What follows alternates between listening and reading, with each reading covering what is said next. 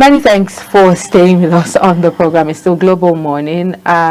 Incidentally, we will be switching up the conversation this time around, talking about faith and service of the nation, particularly now that it's the Ramadan season. And we have our in-house analyst, Professor Ibrahim Abubakar. Many thanks for joining me on the program. Good morning, sir. Good morning. How are you? Fine, and happy Ramadan, pre-Ramadan celebration. Thank you. Okay, let's look at office holders, political office holders, or public servants, and the fate, basically, particularly now that it's Ramadan season, and how far can we say that most of the people who were either appointed or elected in public offices, because we know that one of the two, they were either elected into public office or appointed, and we're talking basically about people who are Muslims now, because when it's the Easter period, we look at Christians and it's Christmas or whatever, but particularly now that it's the Ramadan season, let's look at how far public servants, public office holders have been able to, use faith, served, in line with their faith. They have brought their faith into service and served according to the teachings of faith. How far have they portrayed this faith in service? Hey, thank you for this question. Well, I want to leverage so many things as it affects Islam. We are very religious people. Does not make us very good Muslims or whatever. We are religious because we feel we were born into it, not because the religion is in us or Islam is in us. Let me use the word Islam. That differentiates Islam from religion. Islam is a way of life, while religion is a service to portray what God is. So we are not portraying what God is. Rather, we are not also Muslims in a way. Some people just feel because they were born into the religion or because they were born into that sphere of life or because of their environmental factor, that makes them very good Muslims. That is not true to facts. But let's now come to true to facts. Even if you go through the Quran, the holy book, it says that if you are supposed to work for 8 hours and you work for 7 hours instead of 8, you are supposed to remit that 1 hour payment back because you did not give that service. So here we have people who are in public service who don't remit back what they are earning. Even on a word of oral contract that says that, okay, I will be giving services to you at this period, you find out that you don't give that services.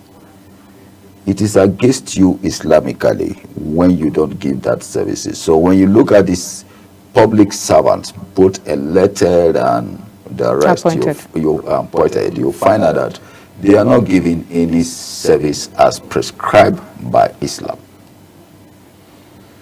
I've been coming to this place now. I don't think there is any day that I'm 1 minute late for a program that I would have even sit down and relax at home and said I'm not coming. But as far as I've agreed to come, I don't think I have 1 minute late anytime. And that is what portray you as a Muslim. That portray you as you have the blended of the ethics and values of Islam. So integrity, like you mentioned, is one of those values that is embedded in Islam. You must have moral value, you must have respect, and you must have integrity to say you are worshipping in any form, not just Islam. When you don't have these values, you are not worshipping. Okay, Nigeria is described as, a religious country. But from what you have highlighted, it shows that, or does is it portrayed in the public service? No, that is what we are saying. I said religion is just, Nigeria is just a religious nation where we are quick to say we are Muslims, we are this, we are that, and we are not carrying the crown of that that particular set you belongs to. Whether Christians or Muslim is the same thing. They are not carrying the crown. They are not going into the details and ethics and values of that particular set you belongs to. So we are only, it is saddening that most of our forms, they will tell you religion. So a lot of people just fill in Christian, Muslim. That is just all. That is just all. But are you building it on the tenets of that very set? No. You've given examples, and true to it, I can attest to the fact that you have been very timely, which reflects your values. But for public service holders, we can tell that the opposite is the case. The question now is, how can we begin to imbibe these values? How can we revitalize these values? Particularly, we could start talking about from younger ones, or how can we change the narrative for public service holders? Did you know the details of the books? Let me speak from the angle of the holy book we all believe in, the Quran. He said it plainly. It is written there.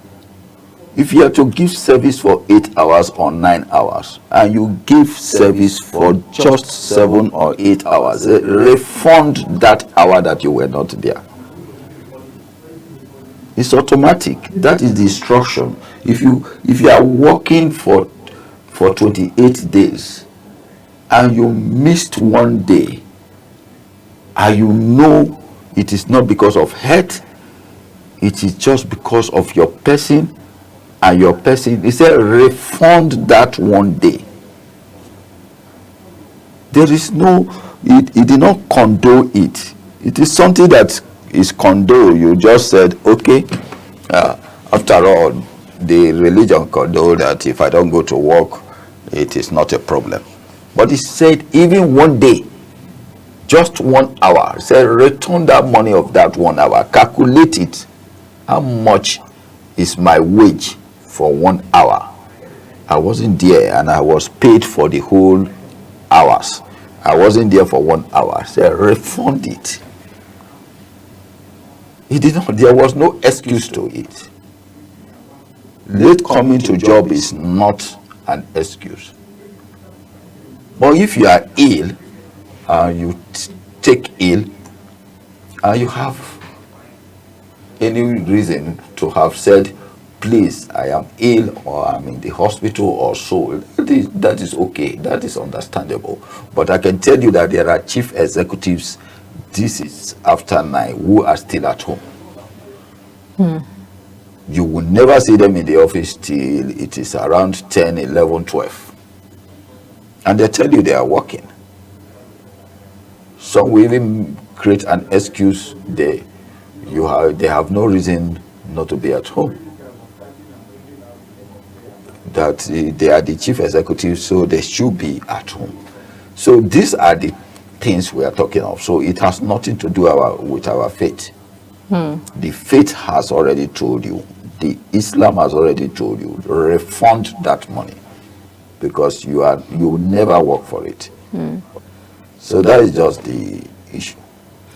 Okay, despite our many strengths, we would agree with me that we've been plagued with a lot of challenges, despite our faith and our tag as religious as a religious nation. And somehow we've even heard stories of how some people have said, a particular faith is, is encouraging certain act of insecurity, of which we know is false.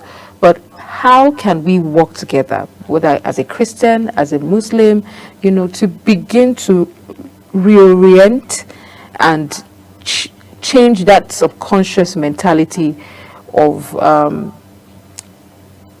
insecurity, of armed robbery, a whole lot of ills that has been happening? How can both work together to ensure a better country? Well, the society as it is today has a religion divide. When things we're supposed to celebrate, we don't celebrate them. You can see a young man who will just come and said he has made it, and everybody will focus on the young man. We got the days where the moral value was there are the days where technicalities, human value and were recognized. Now human values are not recognized. When we were in the elementary school, you find out that it's not about your parents. It is not about your family. It is about the community and the environment where you stay. So when you're coming back from school, if you misbehave, somebody will quickly reprimand you. These days, nobody reprimands anybody's child. The first question is, are you the one that gave birth to the child?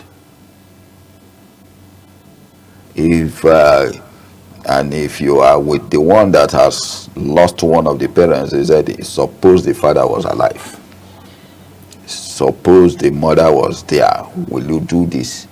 Can you do it to your own child? So these challenges has made it becomes a wide, forgetting that the same Quran said that the child is for the community, the child is for the society, and not just yours. So bringing up the child is not only you, it is not only your duty, but the duty of the people around you. But you have no right over anybody's child today, because the traditional value has been eroded, the cultural value has been eroded, the moral value has been eroded. So many things has been eroded. Even the so-called religion value is eroded. It's no longer there. What we are doing here now is just lip service, just to say we are Muslims, and that is just all. Whereas Islam don't have race, don't take cognizance of race, tribe, or anything. You are a Muslim, you are a Muslim. So till the day we know this, we will have peace, which is the other name of Islam. Okay, looking at the context of Nigeria, where we are now, and how far we've come, how do you think that national service is best described for Nigeria? What does it mean when we say national service? When you say national service, you should go back to the Nigeria, the index. We are low there. When you talk of corruption, they will mention Nigeria. They will mention anything you have said is significant. The first thing is, it is insignificant in Nigeria. So you cannot bring the public service where people go to look for job and buy slot. Is that what we are going to say as a service? That is not a service delivery system. So competency is not there. Nobody look at competency. Nobody look at your expertise. Nobody look at your values. What you think you can get on a platter of gold, which was what was there before, is no longer a yardstick. So you see somebody who has first class selling pure water, whereas somebody who made pass is an MD of an organization. So that is the way we have placed it. There is no priority, there is no skill. So when there is a society that has no value for skills, then there is no way that society will not collapse. And that is where we find ourselves. Okay. The Ramadan period, as we know, is a time where families come together. It's a time where Muslims celebrate, they reflect, they take personal time and collective time out to fast and also reflect, not just personal spiritual engagement. How do we leverage this Ramadan period to promote peace, unity, and national service? When you talk of the cohesion, you talk of cohesion of, then it's not, Ramadan is not actually because of family coming together. No, it's a period of reflection. Agreed. And those reflection has to reflect in you. It's not just for that 1 month. It is for the period to the next Ramadan. The reflection is you remembering that I could feed myself 3 times a day. I cannot see that there are families who cannot even feed once in a day. I can see that I have not been sick for the past 1 year. There are families that are in the hospital for 1 year. I can see that there are families who cannot pay fees, school fees. There are families who have no home. There are families who have no clothes to wear. So it's a period for you to reflect on all this and know what to do. Can you provide a home for 1 person? Can you provide clothing or clothes for 2 people? Can you provide food for 1 person? Can you take somebody who is out of school and put that person in school to get education? These are the things that the fasting reflects on, not just because you want to starve yourself. It's not for starvation. It's not for because I have no food to eat. Sometimes I just see people, when you just talk to them, say, I'm fasting. You are fasting, then what? If you are fasting, are you going to tell me you are fasting? I'm also fasting. But I must not blow it as a trumpet that I'm fasting. It is a period of sober reflection. Is there anything I have to change in my life that I have not been able to change? What is the complaint? What is the report and the feedback mechanisms against my person? Those are the areas we are supposed to look at. It's not an issue of, oh, I have to do this. No. Oh, I have to, my family. No. You see some of them who will tell you, I am fasting, I can't go out now. I am fasting, I can be laborious. You have been laborious. You have been working all this while. It is even a period where you work harder. Because if you have something to win and you are working harder, you won't even feel the pains of or the effect of the fast so much on you. It will weigh you down. But that is the period where you see people sleeping. Well, many thanks, Prof, for your time with us and your contribution to the topic of nation building, national service, basically. If you've just joined us, we have been speaking with Professor Ibrahim Abubakar, who is our in-house analyst, helping us make better sense of faith and national service. We'll take a quick break now, and when we return, we'll move on to other conversations. Please stay with us.